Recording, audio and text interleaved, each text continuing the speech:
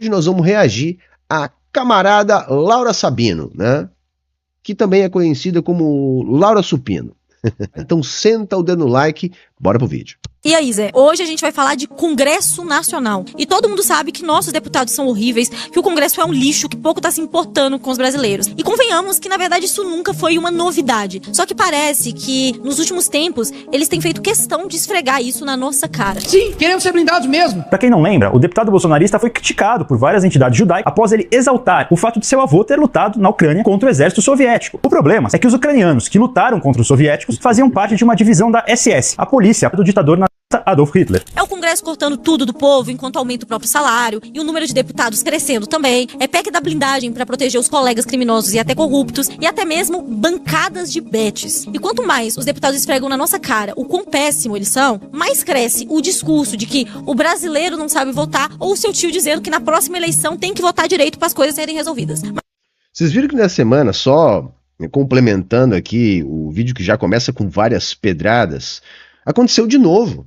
Congresso, agora, a direita e a extrema-direita no Congresso, acha bacana comemorar quando eles livram um bandido ou um suposto bandido da cadeia.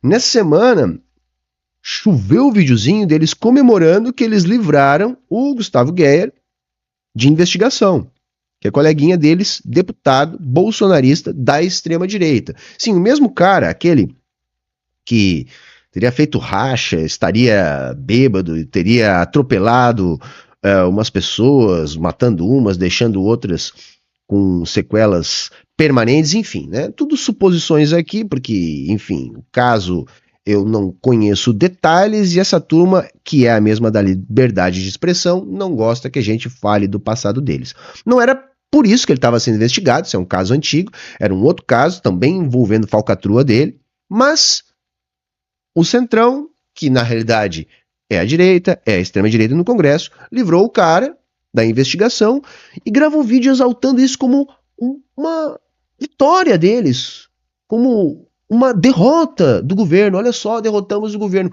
Comemorando, fazendo o quê? Comemorando, né, que estão livrando de uma investigação um possível bandido. Aliás, o Lula falou nessa semana que esse Congresso é baixo nível, aí a mídia não gostou, vieram falar, não, mas não é bem assim, Lula exagerou, Lula passou do ponto. Porra, mas não é, não é? Viram aí tudo que a Laura já começou o vídeo dizendo, PEC da blindagem é pra blindar mesmo. Porra, o vídeo do Nicolas, que ela exibiu aqui, tem que rodar muito, gente. Esse é um vídeo que todo mundo tem que ter no seu WhatsApp para passar adiante na época da eleição. Para chegar no seu tio, na sua tia, no seu colega de trabalho, porque não é possível que eles normalizem essa situação. E esse Congresso está normalizando. Então a Laura começa o vídeo muito bem. Estou só sublinhando, porque o lance é esse. Jamais, né, na democracia burguesa, a esquerda terá a maioria no Congresso. Isso é uma fantasia, tá? Nunca aconteceu, sempre muito antes disso, as forças reacionárias se organizam para impedir a ascensão da esquerda. Geralmente, quando isso acontece, vem golpe de Estado, vem duros processos de lawfare, vem intervenção estrangeira, seja direta, seja indireta. Sempre acontece alguma coisa desse tipo, tá? Agora, uma coisa também é verdade. Eu não lembro, e olha que o tio aqui já não ferve na primeira, de um Congresso tão ruim. Toda eleição parece que ele piora, então calma lá, né? Vamos lembrar da dica do Homer Simpson. Este é o pior Congresso da história até agora.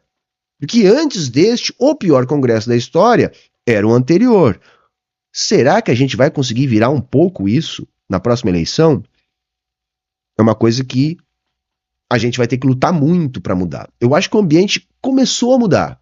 O debate começou a mudar no Brasil, mas o Brasil ele não está fora do planeta, onde a extrema-direita me parece que segue avançando, pelo menos fora da esfera de influência de Pequim, ou seja, do sul global, dos BRICS, parece-me que a extrema-direita segue avançando. Então, não temos como ter um congresso de esquerda, mas dá para melhorar. Por que está assim?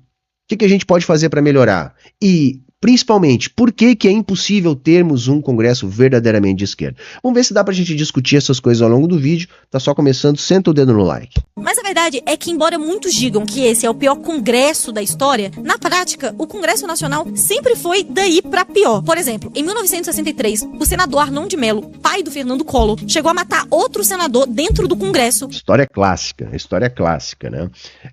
A questão da impunidade, a casta que representa a burguesia, ou seja, os políticos, sempre foi muito grande. Não só no Brasil, não vamos ficar de vira-latismo, isso é bastante comum. Vamos lembrar que o Trump acabou de sofrer um processo de impeachment, né, poucos anos atrás, está lá, presidente de novo dos Estados Unidos, tocando terror, com gente vestida de bigodinho caminhando na rua e abertamente defendendo coisas que eu não posso nem citar aqui, porque senão o vídeo cai, né?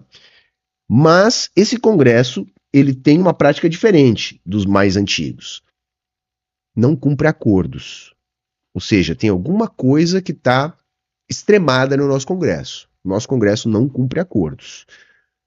Vejam, os acordos que eram cumpridos eram acordos espúrios para ferrar o povo, para se manter no poder, com chavos políticos, para, enfim, manter a engrenagem rodando, mas ainda assim acordos eram cumpridos, coisa que agora parece não acontecer mais. Isso, do ponto de vista político, representa uma nova forma política atuando, que tem várias causas. Uma delas é a hipertrofia das emendas parlamentares, que vieram se constituindo aí pelo menos desde o Eduardo Cunha, talvez antes, mas que ganharam intensidade com Temer e Bolsonaro na presidência, que desarmou o executivo daquela antiga relação de clientelismo com o Congresso, trocando cargos por votos, coisa que já não funciona muito bem. Tanto que vocês devem ter visto que na última semana, depois da derrota do governo, no caso da taxação das bets, mais de 500 cargos de políticos, segundo, terceiro escalão, foram demitidos de partidos que a princípio eram da base do governo, mas que estavam votando contra no Congresso, ainda fazendo vídeo comemorando. Eu acho que é nesse sentido que o Lula está falando, além, é claro, do discurso político também ter mudado. Na época do pai do Collor, vocês estão vendo aí as imagens da confusão na época, por mais lixoso e direitoso que fosse o Congresso, a turma ainda fingia, pelo menos em sua maioria, alguma erudição, se colocavam como, entre muitas aspas, autoridades, vestiam-se de certa moral. Hoje a moral que predomina a direita e a extrema-direita no Parlamento Nacional é uma moral nazifascista, enquanto um fenômeno de massa. É sobre isso que eu estou falando. Então, é o orgulho de ser escroto, de carregar preconceitos. Esse é o orgulho. E uma total deturpação da realidade, muito além de simplesmente fazer conchavos e defender os interesses do capital que sempre se teve no Congresso Nacional, além, é claro, da impunidade para os operadores do sistema, que são os políticos. E nunca foi preso ou perdeu o mandato. Em 1999, o deputado Hildebrando Pascoal, ou deputado da motosserra, teve suas investigações travadas pelo Congresso, mesmo ele sendo acusado de envolvimento em pelo menos 19 homicídios. Isso aí foi o caso, gente, que ensejou a mudança da lei que os deputados estão tentando trazer de volta agora com a PEC da blindagem. Esse caso aí é escandaloso, tá? Talvez mais icônico caso, mais conhecido caso, justamente por ser o mais escandaloso. O deputado da motosserra, né? Blindado por ser deputado. Além de crimes de tortura, tráfico de drogas e formação de quadrilha. Vocês devem se lembrar também de um grande episódio clássico em 2017, quando o senador Aécio Neves foi gravado em delação da JBS pedindo 2 milhões. Nas conversas, Aécio chegou a dizer que o dinheiro deveria ser entregue a seu primo Fred, que poderia ser morto antes de fazer uma delação. Aécio, que na minha avaliação inaugurou o momento político que a gente vive hoje, não aceitando a derrota para Dilma. Começando né, esta bagunça aqui. Claro, vamos entender uma coisa. Não é por causa do Aécio. Aquilo ali já era um sintoma da falência do modelo político institucional, anunciando a crise capitalista. Veja, a crise capitalista ela se dá de maneira econômica, 2008, 2009. O impacto disso no Brasil vai vir mais forte depois dele ricochetear na Europa, chegando aqui em 2012, 13, com aquelas grandes manifestações, onde se tinha a ideia de que Dilma perderia a eleição em função do que foi visto nas grandes manifestações. Entretanto, o Aécio perde. E aí o sintoma aparece. Como? Ele não aceita a derrota, ele questiona a vitória, e Dilma é inviabilizada no seu governo desde o primeiro dia. Claro, teve o estelionato eleitoral, que foi uma forma da Dilma também tentar acalmar as forças político-econômicas que contestaram sua vitória e tinham sua derrota como certa desde 2013. Uma jogada política péssima que agravou ainda mais a situação, uma vez que Dilma perdeu a base popular que poderia ajudar a manter politicamente a presidenta no cargo. Ali começou esse processo. Porque vejam, por que eu digo que agora não se cumpre mais acordos? Não se cumpre mais acordos desta era inaugurada por Aécio Neves como sintoma de um sistema já em falência. Alckmin perdeu, Serra perdeu. E não se teve este processo. Da mesma maneira que antes, quando o PT ainda não tinha conseguido vencer, por mais que ele esperneasse, o processo eleitoral não era questionado.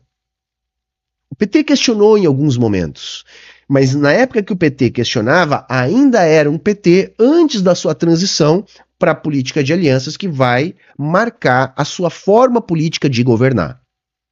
Então nós estamos falando ainda do PT do Velho Testamento.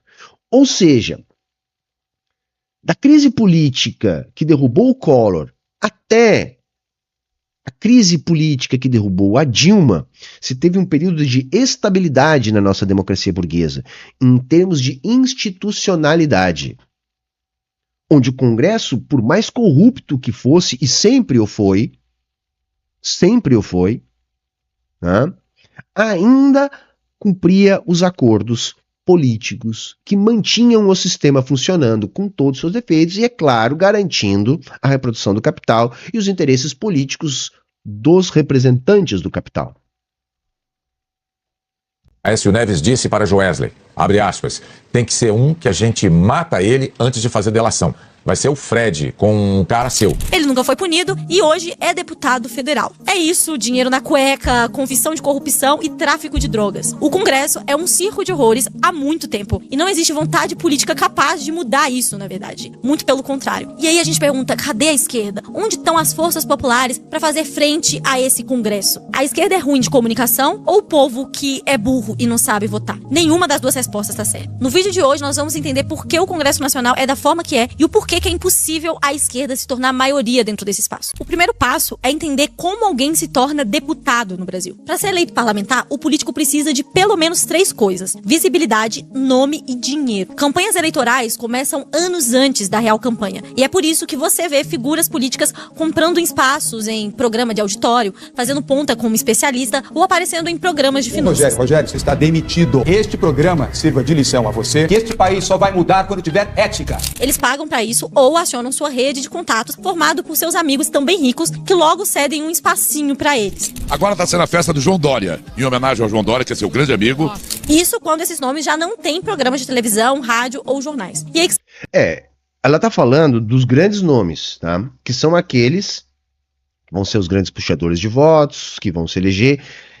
Em geral, todos precisam disso, de mídia, que é a primeira parte que ela está falando. Como aparecer na mídia. E é muito importante que vocês prestem atenção no que a Laura está falando, porque ela está mostrando algo que para muitas pessoas não é flagrante, que é como que essas figuras corrompem, né, se é que dá para dizer isso, já que é algo que é normal, é natural, os meios que fazem elas aparecer, porque elas precisam ser conhecidas. Precisam ser conhecidas. Mas, se a gente olha para o Congresso, vai ter ali um 30% do Congresso, 35%, de gente que a gente nunca viu na vida. Por quê? Porque das 3 coisas que ela falou ali, necessária para eleger um deputado, a mais importante é dinheiro. Dinheiro. Gente, há inclusive um cálculo dentro dos partidões que circula de quanto que custa eleger um deputado no Brasil. Como assim, Humberto? Olha, vamos pensar num nome que não tem essa mídia, essa parte de ser conhecido, que não comprou isso, que não tem um canal de comunicação, que é o que a Lara está descrevendo agora, e que mesmo assim quer ser deputado. Beleza, tem um cálculo.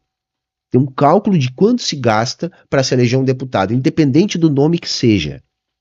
Como é que eles conseguem garantir isso, mesmo que seja uma pessoa desconhecida? Simples, grana. Grana.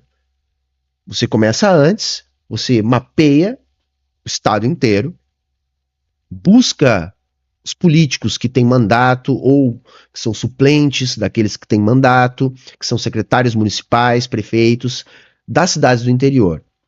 Vai nesses locais e compra essa gente. Compra.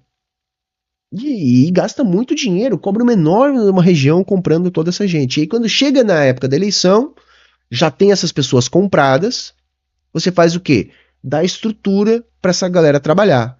Carro, diretório, material de propaganda, impulsionamento na internet. Quando também compra de votos, porque essa galera vai conseguir voto como? Né? Vai comprar voto também, oferecendo tudo o que puder para as pessoas, como acontece na maior parte das eleições brasileiras a nível municipal. E pronto. Então você mais ou menos tem ali uma margem de erro, você sabe a partir do mapeamento que você fez, quanto que cada vereador, cada secretário municipal consegue mais ou menos de voto, você faz um cálculo de quanto que você precisa para se eleger. É brutal, gente. É brutal. E aí nós estamos falando de milhões de reais. Isso custa milhões de reais. E que deixa flagrante mais uma coisa ainda. Muitas vezes o gasto na campanha é muito, muito superior do que o candidato pode receber de salários e benefícios ao longo dos 4 anos do mandato. Né? Então, assim, quando não se tinha o financiamento público de campanha, que é problemático, enfim, mas eu não quero entrar nessa temática agora, mas só vocês olharem por esse lado, quando não se tinha o financiamento público de campanha, de onde é que vinha esse dinheiro todo? Esse dinheiro todo vinha de investidores, porque é óbvio que nenhum, por mais milionário que seja o candidato, vai querer gastar uma grana que ele não vai conseguir reaver em 4 anos. Então aí vem os investidores, empresários, que botam a grana nessa candidatura, o cara lava o Estado, 3, 4, 5, 6 milhões de reais são gastos para eleger o deputado, e depois esse deputado passa a trabalhar para as empresas que deram essa grana para ele fazer a campanha. Isso ainda acontece, né?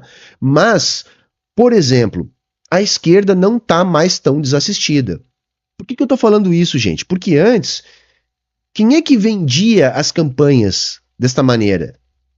Os nossos candidatos, porque a gente tem sim deputados, deputadas, senadores, senadoras de esquerda lá em Brasília. Uma minoria de 500 e tantos da Câmara dos Deputados, a gente deve ter uns 50 deputados e deputados nossos lá, gente boa. Essa gente não era a gente que preferencialmente era procurada por esses empresários para financiar as campanhas. E aí, como é que essa nossa turma financiava a campanha? Sempre foi muito desigual. Muito, muito desigual, porque de um lado era vaquinha, né, contando tostão, contra os outros com milhões. Agora, com o fundo eleitoral, que tem vários problemas, eu não quero entrar nessa parte dos problemas, eu só estou querendo fazer o advogado do diabo aqui para botar uma pulguinha atrás da orelha de você que é contra o financiamento público das campanhas. Agora, como tem grana pública, os candidatos da esquerda têm dinheiro para fazer campanha, gente. Que antes não tinham, ainda é muito desigual, porque você vai pensar, poxa, mas a direita tem essa grana mais a que eles já tinham antes. Sim, mas eles já teriam campanhas milionárias. Agora eles continuam tendo campanhas milionárias e ainda desviam muito dinheiro, né, em causa própria, né, suponho eu aqui, né, porque o dinheiro sobra nas eleições agora, porque agora ainda tem o fundo público. Mas para quem é de esquerda, o fundo público virou basicamente a única chance de competir de maneira menos desigual na questão da grana, que é o ponto que eu estou colocando aqui para vocês entenderem. É o mais determinante na eleição de um deputado. E aí a gente já começa a responder a pergunta inicial do vídeo. Por que o Congresso Nacional, no capitalismo, sempre será de direita? Por causa da grana. A desproporcionalidade da grana já é um dos primeiros entraves para que a gente um dia tenha maioria no Congresso. É muito desproporcional a grana que os candidatos da esquerda e da direita têm para gastar nas eleições. Muito desproporcional. Então esse é um dos motivos, talvez um dos mais importantes, do porquê o Congresso ser sempre de direita. É muito, muito, muito desproporcional a grana. Tá?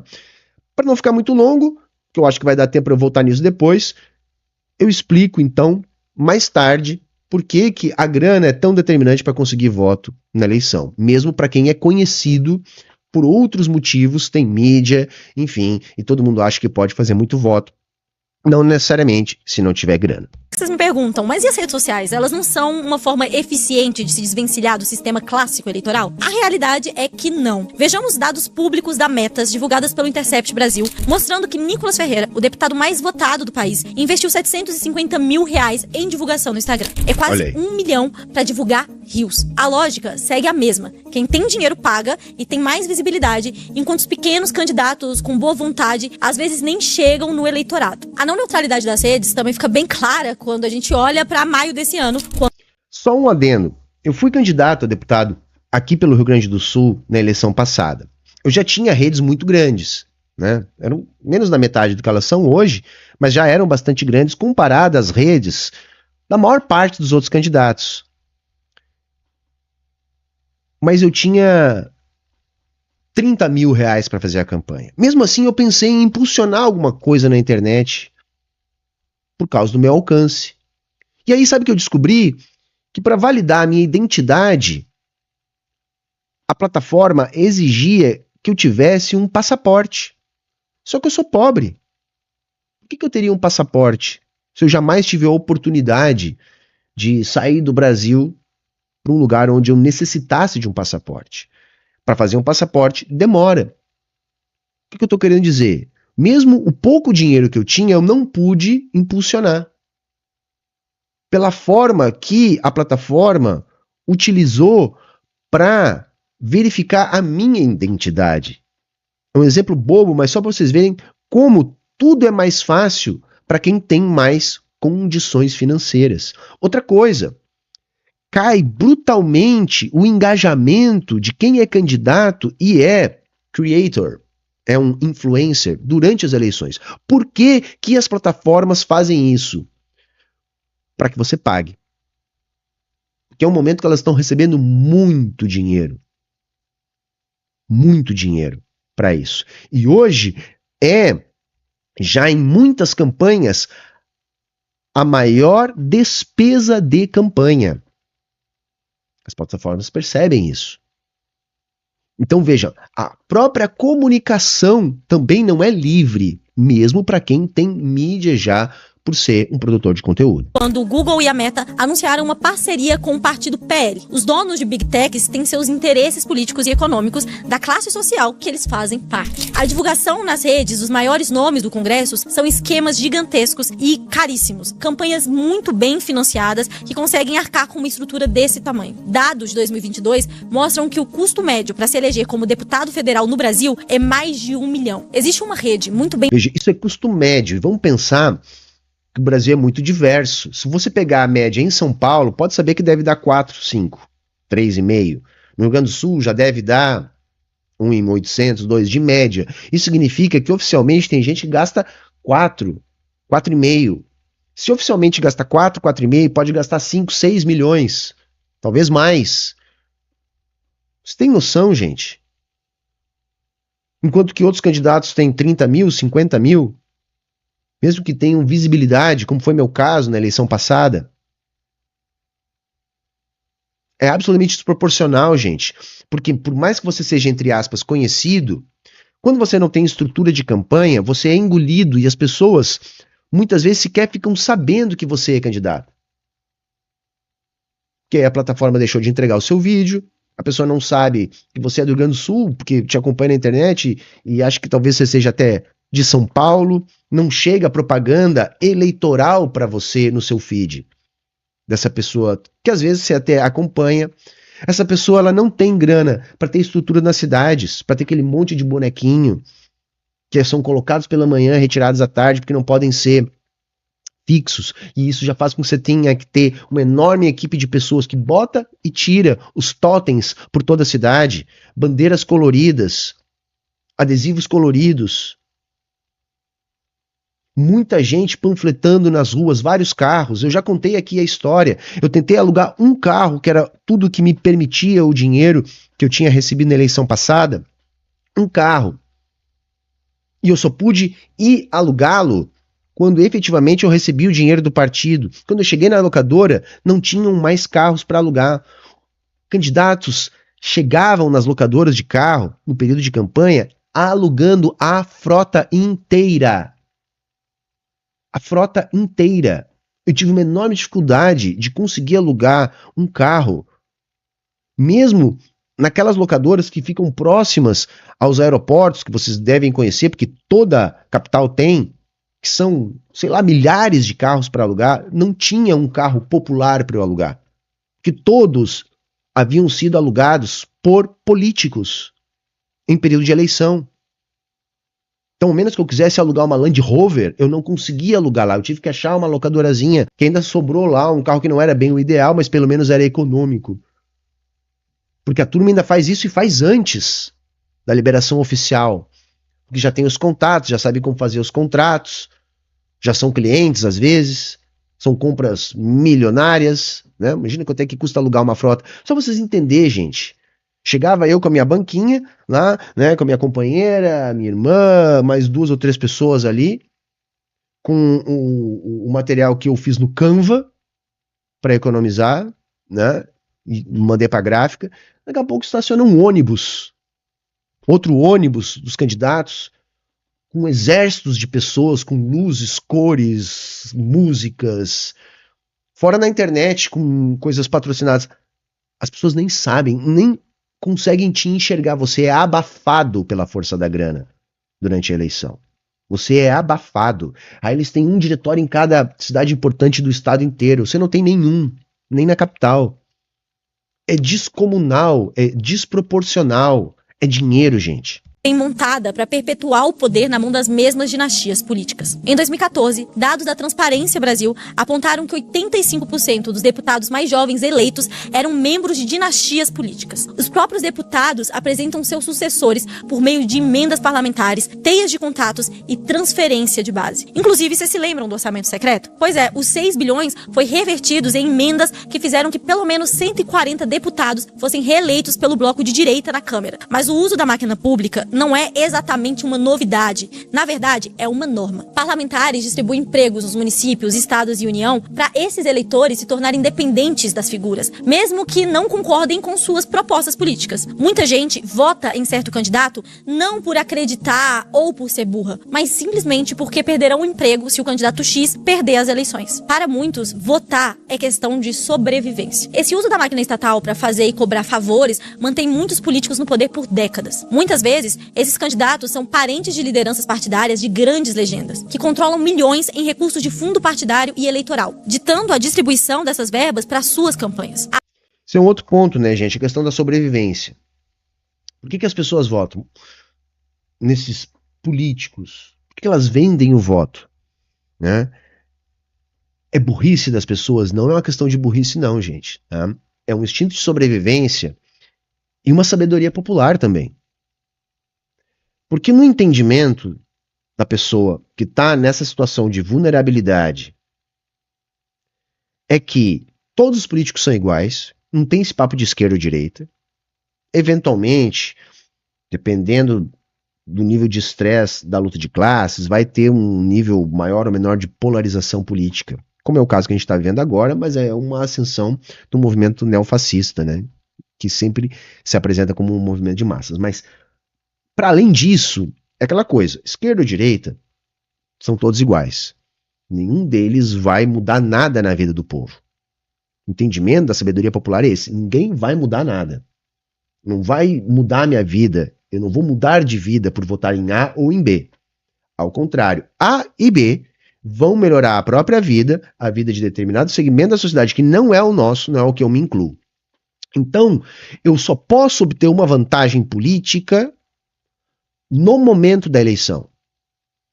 Então eu vou votar naquele que me garante um emprego depois, ou durante e depois. Eu vou votar naquele que me dá algum benefício agora, que vai pagar alguma conta, algum tratamento médico, que vai me ajudar de alguma maneira imediata agora, numa demanda urgente do momento. Ou eu vou votar em alguém que vai garantir isso para uma pessoa próxima que também está numa situação de necessidade. Então as pessoas votam exatamente por isso que a Laura está falando. Mas veja, isso não é burrice. Isso é o capitalismo criando uma circunstância de necessidade para que alguns agentes possam se apresentar como solucionadores desta necessidade. Seja um emprego depois, seja uma demanda no momento da eleição. E aí o eleitor ele vem de voto mesmo, gente. Mas ele tem opção? E outra, ele está errado? Vai realmente mudar a vida dele de maneira transformadora? É lógico que Bolsonaro e Lula não são iguais. É lógico que com o Bolsonaro a vida do pobre ficou pior. Mas pior quanto?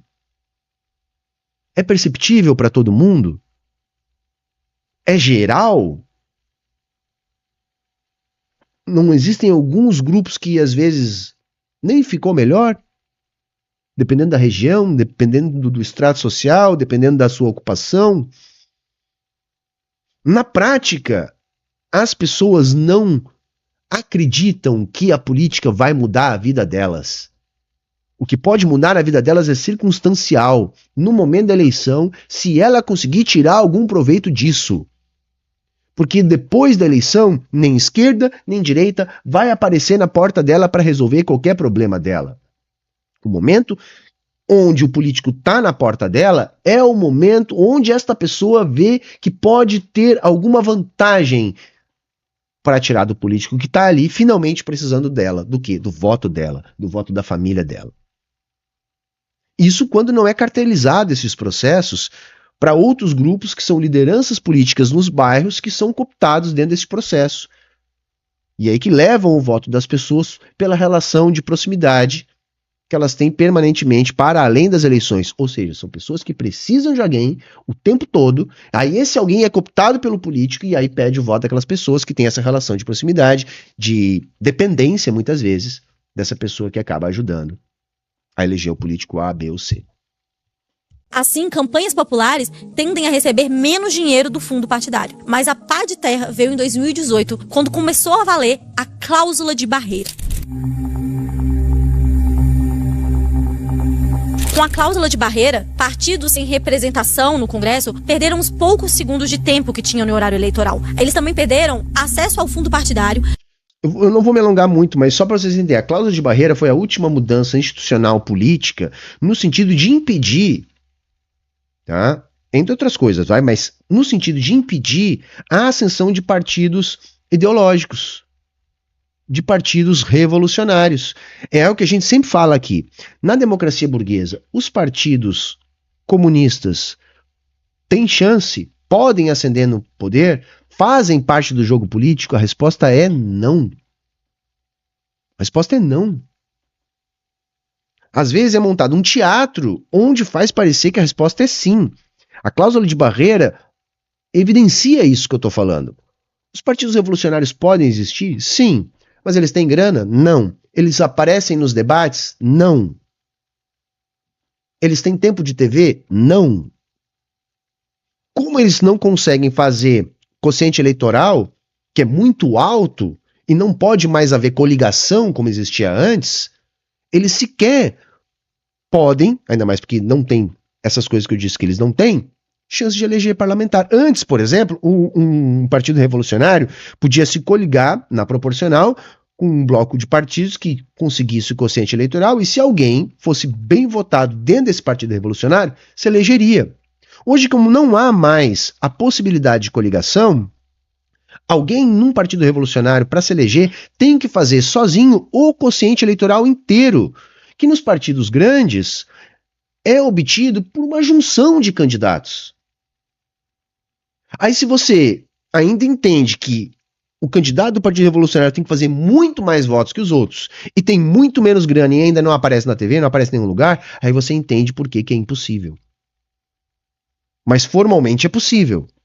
Mas na prática, eles estão fora do jogo. Participação nos debates entre candidatos e ficaram apenas com os restos do fundo eleitoral. Partidos como Unidade Popular, PCB e PSTU não receberam um centavo sequer de fundo partidário e juntos receberam apenas 0,21 do fundo eleitoral. Só para comparação, o União Brasil sozinho recebeu uma fatia de 10,81%. Apenas conseguem se manter em evidência nesse cenário os partidos de esquerda que têm história mais longa e que conseguiram aproveitar a legislação anterior para se desenvolver, como o Partido dos Trabalhadores, o PSOL e o PCdoB. E sei que vai vir um bando... Mas, por exemplo, o PSOL está no limiar da faixa de corte, tá, da cláusula de barreira. O PCdoB dificilmente se mantém para além da cláusula de barreira depois da eleição do ano que vem. Porque ela ainda é progressiva. Vocês estão entendendo?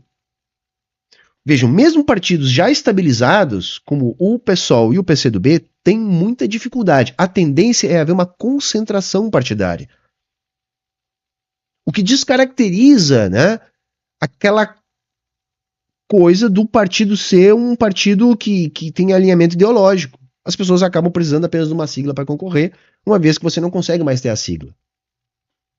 Dizer, comentar que partidos de direita como o Novo não recebeu fundo partidário e que cresceram mesmo com a cláusula de barreira. Acontece que isso é falso. O Novo é o partido que mais recebeu doações milionárias no país. Uma delas foi doado pelo Salim Matar, o dono da Localiza, que pagou quase 30% das despesas da campanha do governo do Romeu Zema. Em troca, a Localiza deixou de pagar 460 milhões aos cofres públicos mineiros. Isso é o que eu falei lá no início, né? É aquele esquema tradicional da política que nós tínhamos antes desse aumento do valor do fundo partidário. Os empresários dão a grana, os caras chegam ao poder, depois devolvem com legislações que beneficiam os empresários.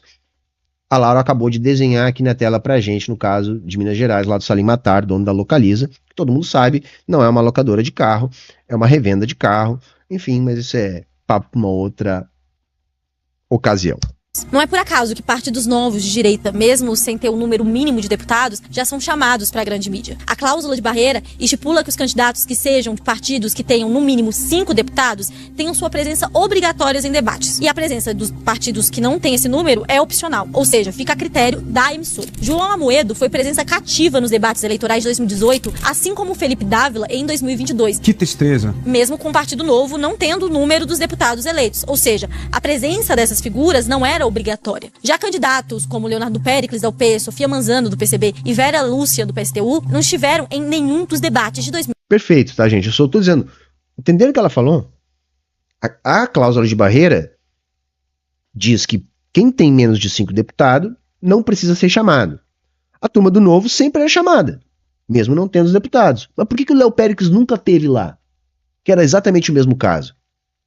Entenderam? É só isso, eu só tô sublinhando porque a Laura de novo desenhou aqui mandando muito bem. 2022. Essa exclusão foi proposital. As emissoras convidam essas figuras porque elas representam partidos que apoiam seus interesses. E isso acaba marginalizando todos os candidatos da esquerda radical. Só que o sistema é tão brutalmente desigual que é necessário criar aparência de igualdade e justiça. Daí criam instrumentos para dar impressão de isonomia e neutralidade nas campanhas eleitorais. Um desses instrumentos é o horário eleitoral gratuito obrigatório. O horário eleitoral gratuito obrigatório, em tese, deveria ser um espaço para que até mesmo os políticos menos conhecidos pudessem apresentar suas propostas. Só que o critério usado para definir qual o tempo de cada partido é o número de cadeiras do Congresso que cada grupo político tem, fazendo com que, na prática, os grupos hegemônicos mantenham mais tempo de televisão e de rádio. Partidos de bancada, de centro e de direita, controlados por milionários que sempre comandaram o Brasil, ficam com longos minutos do horário eleitoral gratuito, enquanto partidos populares ligados a movimentos sociais ficam com poucos segundos.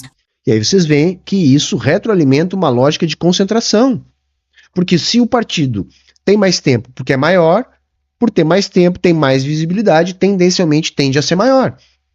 O que faz que a gente perceba que a lógica melhor seria a oposta, né? Para a coisa ficar mais equilibrada, mais democrático, se o objetivo fosse ser democrático, não poderia ser assim. Porque você pega quem já é mais fraco e deixa sempre cada vez mais fraco. Não é à toa que personalidades da mídia relatam que são convidados a saírem candidatos, por mais que elas não tenham qualquer vínculo político, pretensão de melhorar a vida das pessoas ou projeto político básico. E eles me disseram assim, agora a gente quer você na política. E eu digo, não, mas o meu chamado é ganhar almas, eu quero ser missionária. Pois a participação dessas figuras traz mais tempo de televisão, visibilidade para o partido. Imagina as aulas que ela dá, né? Mas deixa pra lá. Deixa pra lá. E puxam votos para raposas velhas. Em 2025, para vocês terem ideia, só 28 dos 513 deputados se elegeram apenas com os próprios votos. O que a galera fala, deputados que se elegeram apenas com os próprios votos, é aquilo que eu falei lá no início, é aquele deputado, deputada, que fez sozinho o quociente. Ou seja, aqui no Rio Grande do Sul, um deputado federal necessita do quociente mínimo de 200 mil votos, mais ou menos, vai? Como é que se consegue esse quociente? Vamos pensar na campanha do PT. Bom, o PT soma todos os votos de todos os seus candidatos a deputado federal. Quando todos somarem 200, né, 200 mil, né, o mais votado de todos eles tem uma vaga. Entenderam? O que é se eleger sozinho? É quando um candidato, no exemplo aqui de mais ou menos 200 mil votos para o quociente eleitoral do Rio Grande do Sul, é quando um candidato faz sozinho o quociente, ou seja, aqui no Rio Grande do Sul, mais ou menos 200 mil votos. Tá? É aquilo que eu falei lá no início. Um candidato da esquerda radical, de um partido da esquerda radical, tem que fazer sozinho, aqui no Rio Grande do Sul, para se eleger deputado federal, 200 mil votos, que já coloca esse nome como o mais votado, ou no mínimo um dos mais votados do estado. Mas como que ele vai ser um dos mais votados do estado se ele não aparece na televisão, se ele não tem dinheiro, se ele não tem tempo de TV, se ele não participa dos debates? Fica ainda mais difícil. Apenas um em cada 18 deputados federais eleitos conseguiram se eleger ou renovar o mandato somente com voto próprio. De acordo com o levantamento do Departamento Intersindical de Assessoria Parlamentar, 28 deputados ultrapassaram o quociente eleitoral, ou seja, não dependeram dos votos totais. 28 dos mais de 500 da Câmara. Porque não é o normal, o quociente não foi feito para ser atingido por uma pessoa. Não é o normal, gente, tá? O normal é um grupo de candidatos atingir o quociente. Obtidos por seus partidos ou por sua federação. No total, só 28 dos 513 deputados se elegeram apenas com seus próprios votos. Essa lógica é tão absurda que se um deputado de um partido que tem uma figuraça como a Mulher Pera ou o Tiririca e faz 50 mil votos, ele tem grandes chances de ser eleito deputado. Enquanto uma figura de algum partido como a Unidade Popular, fazendo o mesmo número de votos, não é eleito. Pois é, pessoal, ficou pior do que estava. Sou eu, abestado! E esse é um sistema que se retroalimenta. Quem tem mais dinheiro elege mais candidatos, quem tem mais candidatos eleitos ganha mais tempo de televisão e rádio, quem tem mais tempo de rádio e televisão é mais visto e quem é mais visto elege mais. Vocês estão entendendo? É um círculo vicioso que beneficia a direita. No campo da esquerda, apenas o PT, o PSOL e o PCdoB têm maior acesso a recursos do fundo partidário eleitoral, mas ainda assim é infinitamente menor do que dos outros partidos. Juntando todos esses partidos do campo progressista que eu citei, eles chegam ali a algo um pouquinho maior do que 16% do fundo eleitoral. Só o PL abocanha sozinho 17,87%. É um disparate absurdo. As eleições foram pensadas minuciosamente para dificultar ao máximo uma maioria progressista no Congresso e inviabilizar completamente a esquerda radical. E para conseguir fazer frente no sentido eleitoral, ou seja, ter reais chances de ganhos eleitorais e vitória nas urnas, os partidos progressistas precisam montar contraditórias frentes amplas que reduzem seus programas substancialmente. Ou seja, o PT pode até ser eleito, mas não com um programa de esquerda para o Brasil que inclua reforma urbana, pleno emprego e reforma agrária. As propostas são limitadas e reduzidas para que consigam caber em uma frente com partidos de centro-direita e direita também. E aqui, gente, eu não tô nem entrando no mérito se o PT ou o Lula desejam ou não um programa de esquerda para o Brasil. Porque muitas... Assim, e vamos deixar de ser criança. A Laura está tapada de razão do que ela falou aqui. E isso serve pra galera entender muitas vezes. Onde é que tá a crítica que a gente faz? O PT ele tem que ser mais firme, mais duro, ele tem que chamar o povo, justamente porque essa correlação de forças necessariamente vai ser ruim. O que a Laura mostrou pra gente agora é, olha, a correlação de forças é péssima, há uma estrutura criada para que essa correlação de forças seja péssima.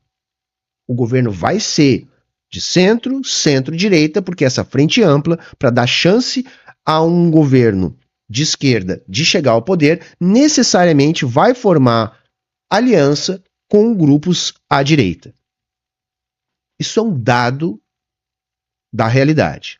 Onde é que está a crítica que a gente tem que fazer? Ora, já que temos esse dado da realidade, nós precisamos de um partido que lidera este bloco, como o PT lidera, disposto ao enfrentamento, disposto a lutar com o povo mobilizado nas ruas para que esse grupo dessa frente ampla, que tende à direita, seja compelido a tocar um programa mais à esquerda. E é isso que falta ao governo. Não dá para fazer isso só quando chega perto da eleição, que é o que normalmente o PT faz. E ele faz isso, tem uma racionalidade por trás, que eu discordo, mas a gente tem que entender que é qual. Ora, a gente vence a eleição, apazigua para evitar qualquer manobra que destrua a governabilidade, inviabilize a permanência no poder. Quando se aproxima da eleição, a gente tensiona de novo, porque a gente sabe que precisa de um discurso de esquerda para ganhar a eleição. É isso que o PT está fazendo há muito tempo, tá, gente? Qual a nossa crítica? Isso tem colaborado para alimentar as forças reacionárias do Brasil, que gera uma frustração em quem apoia o projeto político e não está politizado o suficiente para entender toda essa dinâmica, e essa turma despolitizada vira presa fácil para a direita. Essa dinâmica do PT está esgotada, tá, gente? Eu acho que é o último suspiro agora na eleição. Eu entendo que a gente precisa vencer de novo o bolsonarismo e, nesse sentido, a única ferramenta para o momento que a gente tem é o PT. Dito isso, esta ferramenta não estará mais disponível. E aí, necessariamente, nós vamos ter que discutir o que será da esquerda. E não vai haver mais espaço para esse tipo de política, dada a conjuntura que se impõe no mundo inteiro de enfrentamento, de esgaçamento da institucionalidade liberal burguesa e de avanço fascista. Por isso que a gente tem que começar a radicalizar o discurso para construir uma nova frente de esquerda que não tenha como prática política a conciliação, que trouxe o PT até aqui e que cumpriu um papel histórico importante, sim, mas que está esgotado e tem que ser superado. Então agora a próxima força política de esquerda no Brasil não pode ter esta postura. Tem que ter uma postura de maior enfrentamento. Porque não há alternativa a essa postura frente ao que a gente está enfrentando. O Bolsonaro só não está no poder num regime muito mais fechado, numa calamidade tipo a que está acontecendo na Argentina, porque existe uma figura histórica em fim de carreira, como o Lula, que ainda é uma figura política do século XX, mas que por causa da sua grandeza, do seu momento histórico, da sua Constituição, ainda conseguiu afastar momentaneamente este grupo político. E pode manter este grupo político parcialmente afastado, uma vez que ainda controla o Congresso Nacional e boa parte da institucionalidade, até o fim de um próximo mandato que o Lula há de conquistar. Agora, para depois disso, não tem mais Lula. A natureza deu conta de superar o Lula, já que a esquerda radical não o fez. Agora, nós não vamos ter, depois do Lula, uma outra forma política como a do Lula. Do chamado, do dito lulopetismo. Não vai ter. Não vai ter. Não tem mais espaço para isso. Isso só funciona de maneira capenga ainda porque é o Lula. Esta política do Lula morre com o Lula. Daí a necessidade da construção de um bloco histórico mais à esquerda para enfrentar o inimigo que vai continuar existindo depois do Lula.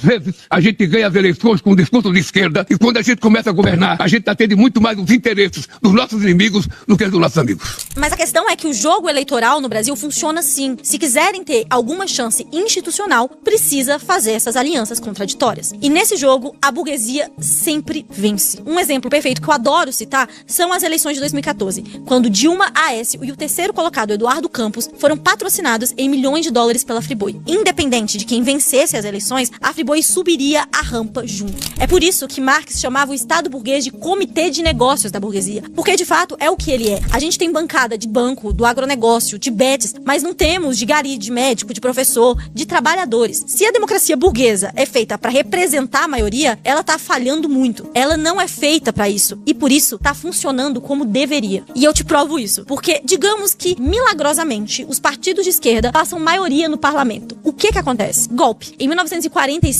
mesmo depois de anos na clandestinidade, o Partido Comunista conquistou um espaço político até então inédito. Elegeu 14 deputados federais e um senador, Luiz Carlos Prestes, que foi o político mais votado do país até então. Ou seja, com propaganda contra, depois de anos na ilegalidade, o trabalho de base da esquerda naquela época elegeu o político mais bem votado até então. O resultado? Simplesmente os donos da bola pegaram a bola de volta. Em 48, todos os mandatos foram cassados e o partido proibido de novo. E eu nem vou entrar aqui no Jango que, quando chamou os trabalhadores para essa reforma de base, levou um golpe militar que durou 20 anos no país. E a gente nem precisa de ir longe, tá? Recentemente no Brasil, a mera reeleição do Lula por um terceiro mandato não rendeu uma tentativa de golpe que até hoje estamos debatendo se vai ou não ter punição. A verdade é que as disputas eleitorais são importantes, mas a gente não pode acreditar que a mudança irá vir por vias institucionais, pois as instituições são pensadas para não conseguirmos ser a maioria ou para que os ganhos sejam extremamente limitadas. É por isso que nós, comunistas, quando falamos de eleições, sempre somos bem realistas em relação aos limites delas. É bem perigoso entrar no jogo de que basta uma figura ser eleita, algum candidato de esquerda ser eleito, para as coisas mudarem. O que muda o jogo não é apenas o poder político dentro de uma estrutura pensada para ser podre, mas o controle econômico. Votar em candidatos que contribuem para a construção de condições de luta melhor para os trabalhadores é muito importante. Mas a gente precisa de entender que a experiência histórica é bem taxativa. O socialismo não virá por voto. Nosso papel é sim apoiar nossos candidatos, mas lembrando que quem controla a economia, controla a política e vice-versa. E eu sempre digo, uma das principais razões da gente eleger os nossos é que os nossos mandatos significam estrutura financeira para a militância. Então os mandatos eles são necessários porque cada mandato significa 20, 30, 40, 50 militantes organizados trabalhando na militância.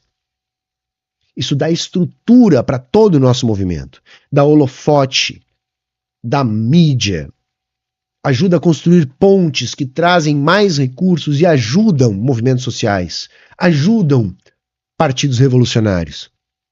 Então, o que a Laura falou aqui, de novo, está irretocável. Nós não vamos mudar a política com as eleições. Zero chance. Agora, não quer dizer que nós não tenhamos que eleger os nossos. Porque quanto mais nossos nós tivermos lá, melhor a nossa estrutura de luta, melhor a capacidade de organização dos trabalhadores que a gente adquire. E é sobre isso. É sobre transformar o comunismo em um movimento de massas. Por que na época do Prestes, que a Laura sabiamente citou aqui, a gente conseguiu tantos deputados e o senador mais votado do Brasil? Porque naquele momento nós estávamos na boca do povo. O comunismo era um movimento de massas que lotava estádios de futebol quando o Luiz Carlos Prestes ia discursar. Ele era o político de massas mais influente do Brasil. Por quê? Porque o comunismo era um movimento de massas. E isso vai se refletir elegendo deputado, que vão retroalimentar o movimento organizando trabalhadores com as suas estruturas. E aí a gente pode começar a construir um processo revolucionário. Agora, não vai ser eleger A, B ou C que vai fazer a revolução acontecer. E eu tô longe de ser a pessoa que defenda que não faz diferença quem tá no poder ou que a gente não tem que fazer campanha pro candidato que tem melhores propostas. Até porque, pessoal, eu tenho certeza que milhares de vidas teriam sido salvas na pandemia, inclusive de familiares meus, se a política que tivesse sido guiada naquele período fosse uma política responsável. Então faz a diferença sim. Mas lembrando, no fim das contas, os votos são importantes termômetros, mas nossa arma continua sendo a organização. Perfeito. Vamos ficar por aqui. Muito massa o vídeo da Laura, aliás. Show de vídeo, hein, gente?